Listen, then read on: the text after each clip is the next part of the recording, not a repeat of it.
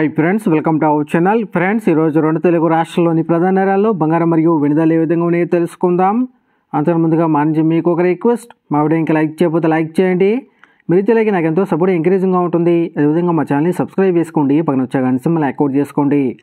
Friends, ఈరోజు రెండు తెలుగు రాష్ట్రాల్లోని ప్రధాన నగరాలైన హైదరాబాద్, విజయవాడ, విశాఖపట్నాల్లో బంగారం మరియు వెండి ధర చూసినట్లయితే 22 క్యారెట్ల 10 గ్రాముల బంగారం 73,300 రూపాయల దశలు అవుతూ ఉండగా 22 క్యారెట్ల గ్రామ్ బంగారం 7,330 రూపాయల దశలు అవుతుంది.